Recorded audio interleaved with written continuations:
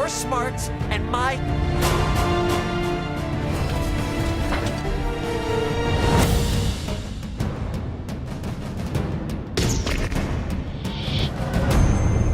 He told me enough. No, I.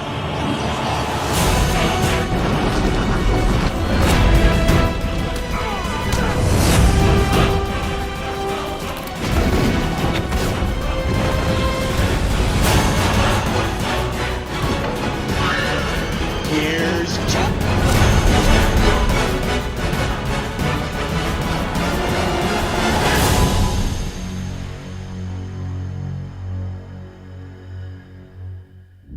New, so I'm going to include them all in a live stream.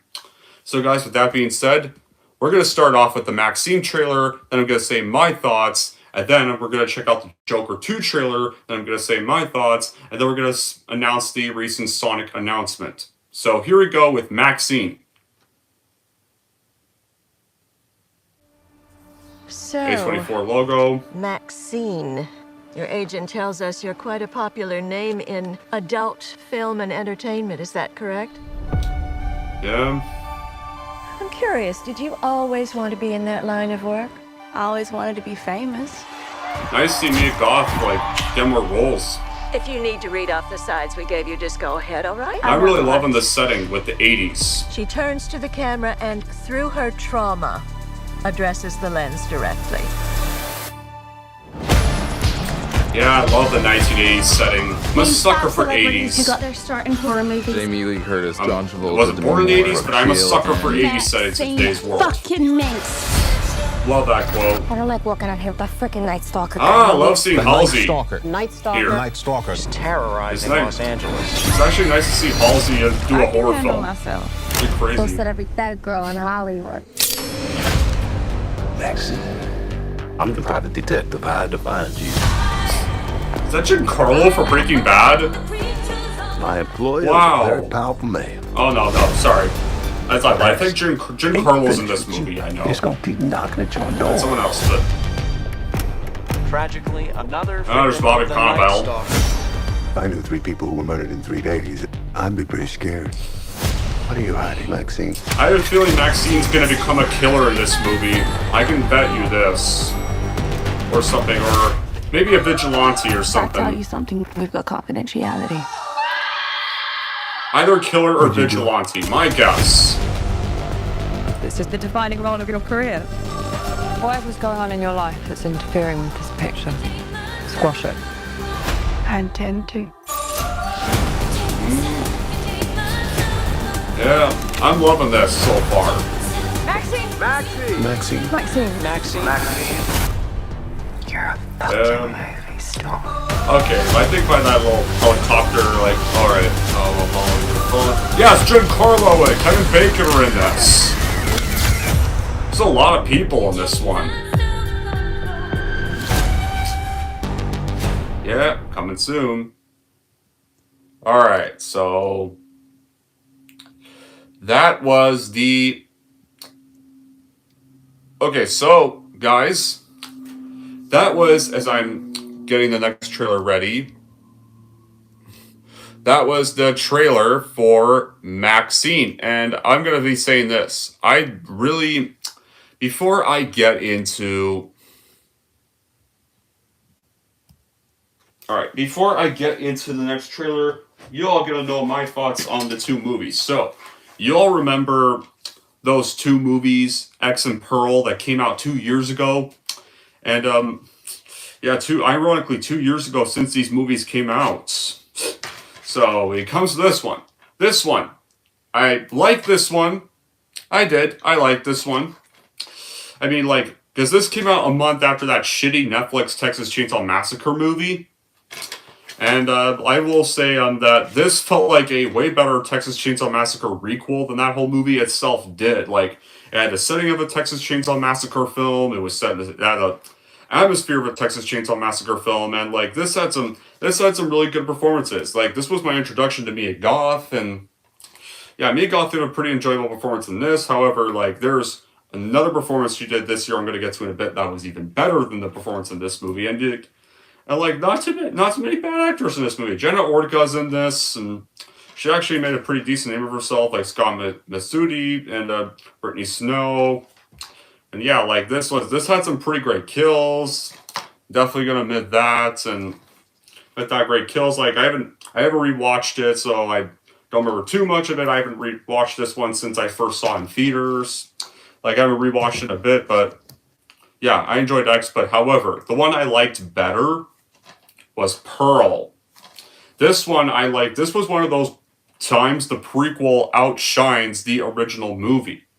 And I loved everything about this one even more. Like, I really loved Mia Goth's even better performance in this one as Pearl. And I really liked how, like, X is the slasher movie. Like, the Pearl is more of the tragic film. The more tragic tale. This farm girl wants to be a star, but she's stuck on this farm with this abusive family. Then she pretty much goes crazy. That starts killing. She pretty much kills everyone around her. Ending with her friend who ends up getting the role instead of her. And like, yeah, it was a nice little setup to the events of X. And yeah, it was a nice little 1918 setting in 1918. But yeah, Pearl I absolutely liked better. And now it comes to Maxine. This one really, I have a feeling like this one is going to really put the trilogy on a high note here. Like, you got the 80s setting, you got many great actors in here, like Kevin Bacon, Giancarlo from The Mandalorian, Breaking Bad, like so Halsey, like Mia Goth is back from her character in X for this one, since Pearl died in X. She's now playing the character she played two characters in X. And the one that killed Pearl is coming back for this one, so obviously, like, yeah, it's Maxine. This one's going to be about Maxine. Clearly recovering from the events of X, and from what I can see here, she's probably going to become the next Pearl. She's probably going to become another killer like Pearl did, but, well, Maxine's finding more success like Pearl did not, but Pearl's going to probably, I have a feeling this one, either Pearl's going to become a vigilante or tracking down this killer, but probably gets framed for the killer's crimes and is going to become a suspect, because just judging by her scene with Bobby in this trailer, since Bobby's playing one of the detectives, like judging by one of their scenes together in this trailer, it seems like Maxine's going to get arrested at some points, and from a scenario where she's being swarmed by a helicopter. But yeah, I really like that we're getting to the 1985 setting, and I hope this sends out the trilogy on a pretty decent note. That I can say. I think I think this might even be coming out on July 4th. Is it? No, I think July 5th or July 4th, one of those days. So ironically, if it is July 4th, it'll be releasing on the 4th of July, Independence Day. Ironic. And ironically, a week after A Quiet Place Day 1. So 2 horror films in 1 week during the summer. That's pretty crazy. So, for those who wanted to see the trailer, I'll put it in the description below after I finish this live stream so you guys can check it out. I posted it on Facebook, so you guys have probably already checked it out, but I'll post it in the description anyway. Now that brings us to our next trailer, and this is one I'm not excited for. I'll get to that in a little bit, but we're now going to check out the trailer for Joker 2. So let's begin that trailer. Just full screen this. Let's go, boys. It's showtime. Wakey. There's Arthur in Arkham Asylum. For us today. Because where he got sent to in the first film. Looks more like I think that's Harley Quinn. Yeah, Harley Quinn watching him. We use music to make us whole, to balance the fractures within ourselves. I'm nobody. There's Harley Quinn.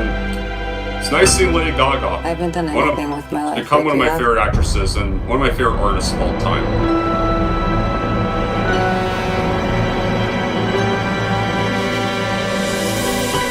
Yeah, and guys, I don't like they're making this a musical. I don't. Let's get out of here. I'm not sure what this is supposed... Is this just supposed to be some Joker version of Chicago or something? Because this seems like just Chicago the Joker version. Because I have a feeling their scene to Gotham are going to be hallucinations and they're going to be in jail most of the film. But he's running. There's scenes of him running from himself. versions of himself. Yeah, I really don't know what to think of this, What's guys. changed, Arthur? Well, I'll tell you what's changed. I'm not alone anymore. That's don't what we know. should be talking about.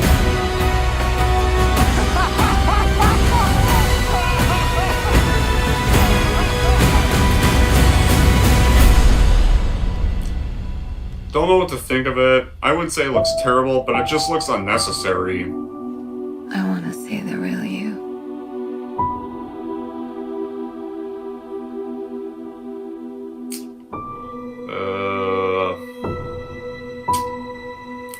Yeah, there's a smile. FOLIE DEUX. Yeah, October. Obviously, it's October. The first one came out in October. What the? No. No. Alright. Exit full screen, piece of shit. Anyway, guys. So, that was a trailer for Joker FOLIE DEUX, as it's called. Like, it's hard to pronounce its name. They could have called something a little easier. I mean, no, don't call it generic. Don't generically call it Joker 2, but call it something a little easier to pronounce. But now this movie, like, guys, when I heard they were going to do a sequel to Joker, honestly, guys, I was not excited for that idea. Because don't get me wrong, guys, with Joker, I love the first movie. Don't get me wrong, that's my favorite movie of 2019. No doubt. However, does it need a sequel? No, I don't think it does. It's not. Joker was not supposed to really be turned to a franchise. Like, I mean, it's not really supposed to be connected to Batman. It's kind of supposed to be this alternate, like, little timeline with, like, little DC Batman or Gotham elements to it. Like Joker's real name in the comics is not Arthur Fleck, and that's not really Joker's origin. Like, it's just supposed to be kind of its own thing, just with the elements of DC. Like, you still have Gotham, you still got cameos from the Waynes, and you still have Arkham, you still have some references to Batman in here, but it's not like a Batman story. It's really not. Like, but Joker 1 knew what it was about. This one, I don't know what this is supposed to be about. What? Is it just going to be Joker and Lady Gaga's Harley in prison? Is it just gonna be referencing Chicago, where the musical references? Yeah, because the other thing that really turned me off was this movie becoming a musical. Like, that's honestly, being a musical for this seems like a stupid idea. It really does. And I don't hate musicals, guys. There's musical films I've liked. The Greatest Showman I liked, Les Miserables I've liked.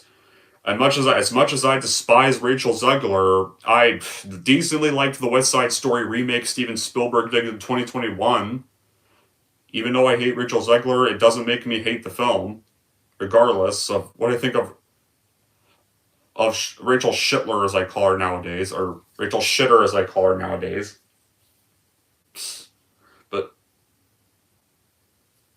yeah, like, this trailer, I don't know what this is supposed to be about. I mean, I would say the trailer wasn't terrible, but it doesn't really do good explaining the plot. Just Joker meets Harley Quinn. There are scenes of him running from versions of himself, but there's, like, give us an outline of what the plot's gonna be about. It's like, all we saw was just him meeting Harley Quinn. Really, and just too many flashaways. Like, what's the story supposed to be? Like, the first one, you had a clear plan of the story. Arthur Fleck is bullied by society, and he pretty much freaking snaps. And he becomes a Joker right there. Like, first one had a story. You knew what the first one was supposed to be about. It had a clear outline.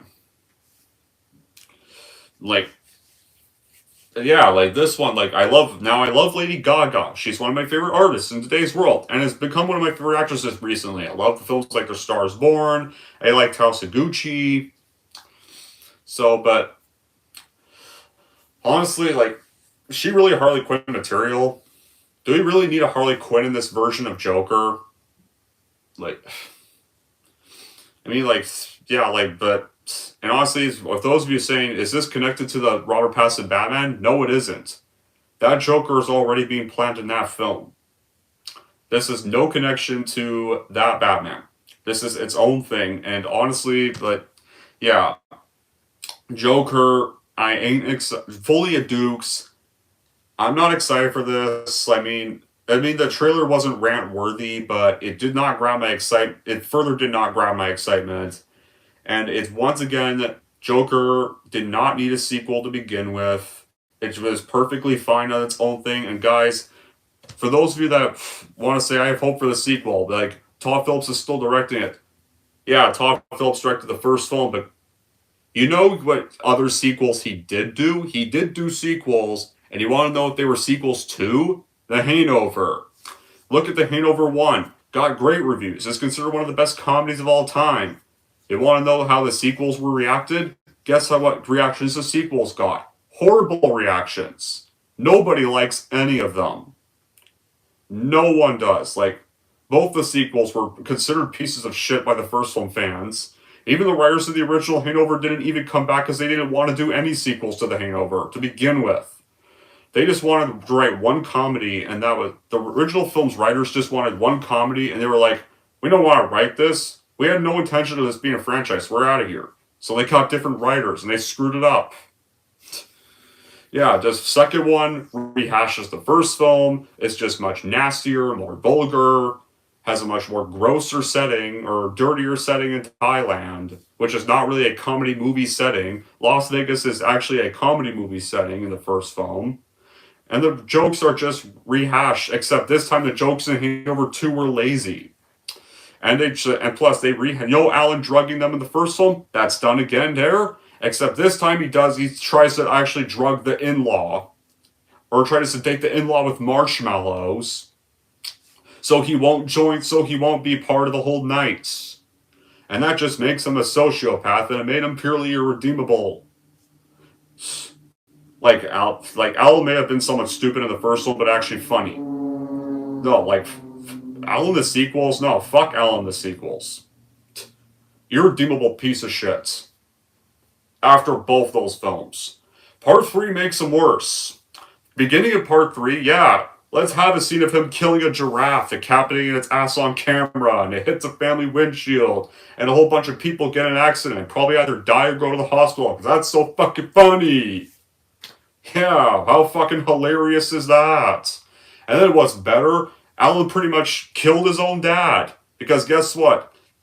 He pretty much keeps pissing off his father over the whole thing when his father is mad at him for the whole thing with the giraffe. And because, like, he decides to not take any responsibility, his dad gets mad, and guess what? He gets a heart attack and he dies. So yeah, Alan murdered his own father.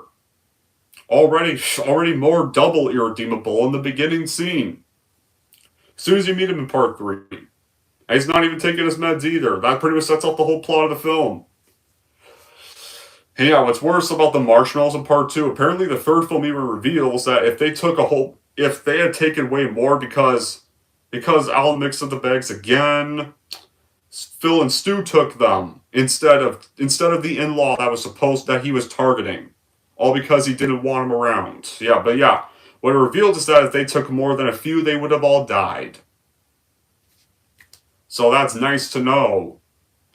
Oh, yeah, like, another thing the sequels have, like, in the third film, like, it's not... And while the Part 2 has some funny scenes at least, Part 3 has, like, zero. Because Part 3 was just a dark thriller, just disguising itself as a Hangover movie. With nothing funny whatsoever. And the most funny character of the movies, Leslie Chow. They even ruined him in Part 3 because they literally... Yeah, let's totally have this guy be a complete asshole that somehow is... Yeah, he doesn't really like Phil or Stu, but he has a friendship with Alan, so he somehow betrays Alan as well. And he literally snaps John Goodman's character's dog's neck on his way out. It thankfully doesn't happen on screen, but John Goodman actually reveals it once they find out that the person, like the house they were stealing the gold from was his. And they originally just knocked out the dogs with drugged burgers, but Leslie Chow murders them on his way out. So yeah, so that explains why just because Todd Phillips is doing the sequel doesn't automatically mean it's going to be a great sequel. I mean, but yeah, like, sure, Joker Folie Dukes, don't know what it's about, don't think we really need this movie at all. There. Yeah, not excited for this. No interest. Joker was just fine as a one and done story, and that was it.